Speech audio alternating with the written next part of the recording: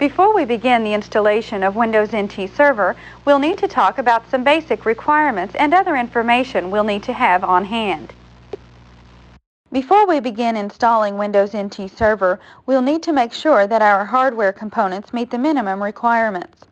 The minimum system requirements for an NT server are processor, Intel 486-33 or higher, MIPS R4X00 based processor, PrEP compliant Power PC based processor, Digital Alpha AXP based processor.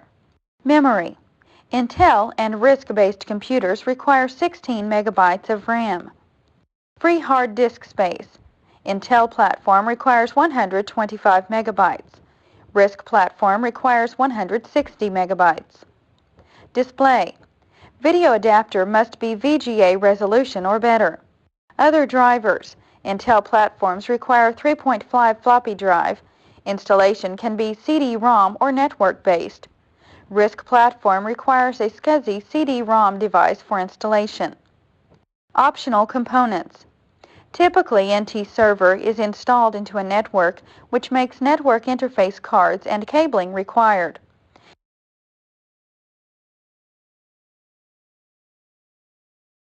A server partition is a logical subdivision of a server hard disk. By defining a partition and assigning it a drive letter, we are able to better organize our files and folders. Windows NT Server requires that we create a system partition and a boot partition for storing the operating system files and the files needed to boot Windows NT.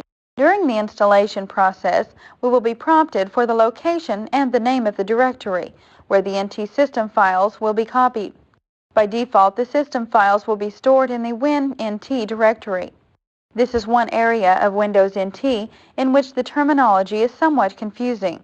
The NT boot files are stored on the system partition, and the NT system files are stored on the boot partition.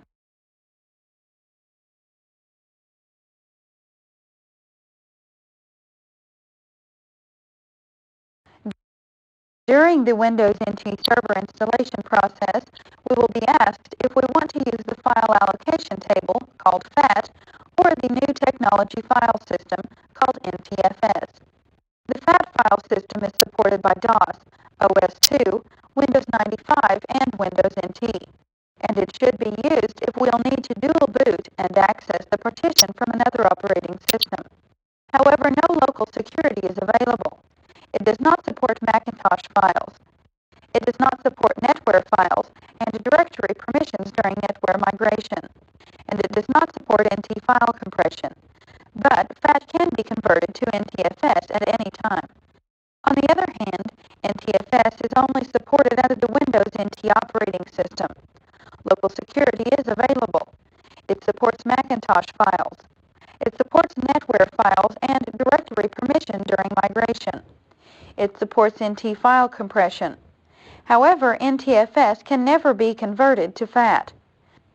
The only way to go from NTFS to FAT is to back up the data, reformat the partition as FAT, and then restore the data to the new FAT partition.